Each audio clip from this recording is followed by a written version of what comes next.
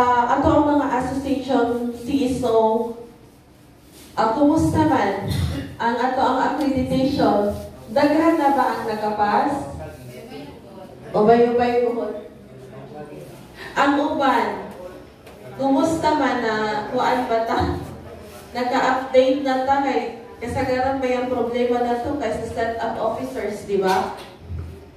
Kay kasagaran, ang mga president sa una, sa association, dili pa man ito mga konsihal. Karon kay nahimo na mga konsihal, asking ang vice, ang treasurer, ang secretary. So, mo to'y usa sa na kuanan na problemahan unya gikuan man lagi, di ba? Gi-meeting man mo with Sir Almain na naan to sa DILG memorandum, joint memorandum na dili na pwede mahimo officer ang mga elected or appointed officials, barangay officials. So, when na yung mga association dyan na noon lang kung saan man nila mo nga lisod man kaayo, labi na sa bang association nga ang ikapliting kay wala rabay reinforcement or TEV, unlike sa atong mga konsihal na maka-reinforce, di ba?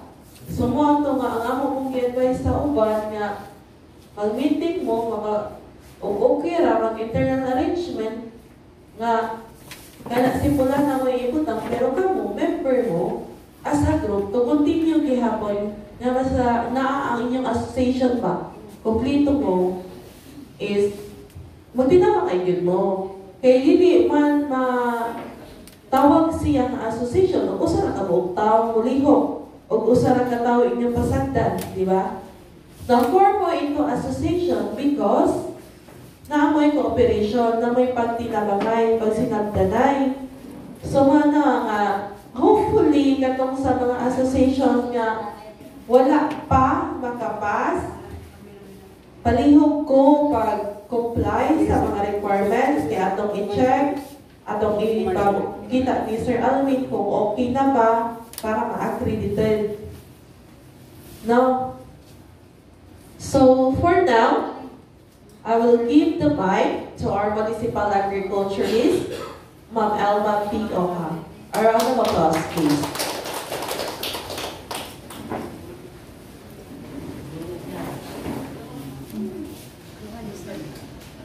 Oh, ganun doon. Ganun doon.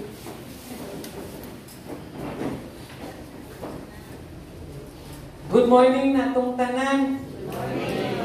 Mura o ilang ka kabuan na way magti? Oh. Usara ba? Okay. Ang katong dito tas ano mo tanan no? Na salamat sa pag-attend bisan tuod sa short notice na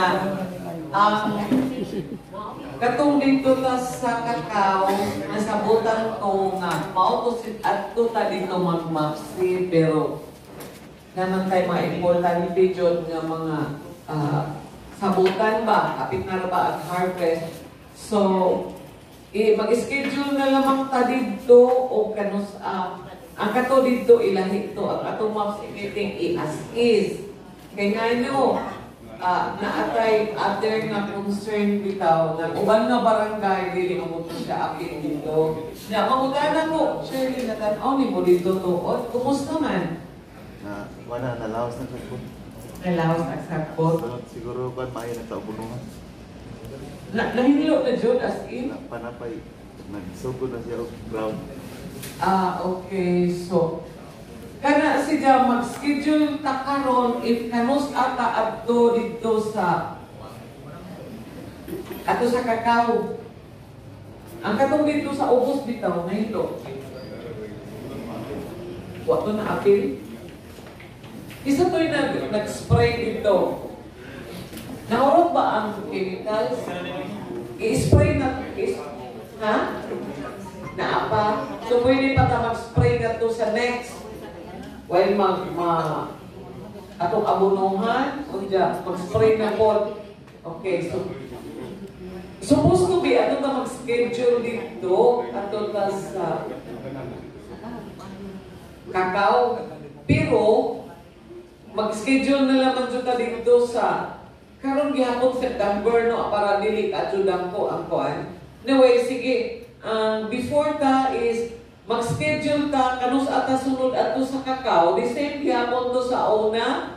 Pwede ka to gihapon dito magdung-a. Ha? Okay, na magdala ng sudan.